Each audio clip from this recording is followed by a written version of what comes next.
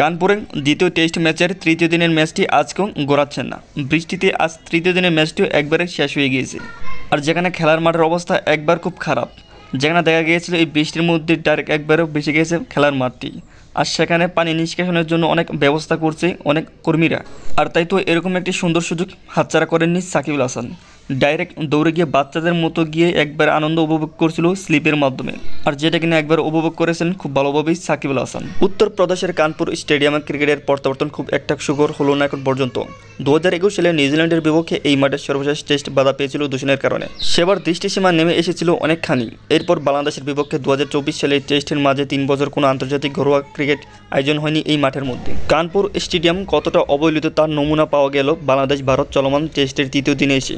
সকাল থেকে এখন পর্যন্ত কোনো বৃষ্টি নামেনি, তারপরও এই মাঠ শুকানোর জন্য কোনো দায়িত্ব পালন করেনি টিম ইন্ডিয়ার এই কানপুর স্টেডিয়ামের কর্মীরা বা কর্মকর্তারা। আর তাই তো আজ বাংলাদেশ বনাম ইন্ডিয়া টেস্টের তৃতীয় দিনে এসেও মাঠটি একবারও স্টার্ট হয়নি। উত্তরপ্রদেশের স্থানীয় গণমাধ্যমের ভাষ্য অনুযায়ী মাঠের ভেতরে অনেক জায়গায় পানি জমে আছে এখনও, যে কারণে আম্পায়াররা দুবার মাঠ পর্যবেক্ষণ করেও খেলা শুরুর সময়টা জানাতে পারেননি। বাউন্ডারি লাইনের কাছে অনেক জায়গায় এখন বেশ অনেকটাই পানি জমে আছে। আর তাই তো তৃতীয় দিনে এসেও বাংলাদেশ এই ম্যাচটি স্টার্ট করতে পারেননি। মাঠের পুরাতন দিনের রোলারগুলো দিয়ে পানি বের করে নেওয়ার প্রত্যন্ত চেষ্টা চলছে, তবে তাও খুব বেশি সুবল নাম মেলায় কর্মীরা নেমে পড়েছেন কাপড় আর চট হাতে।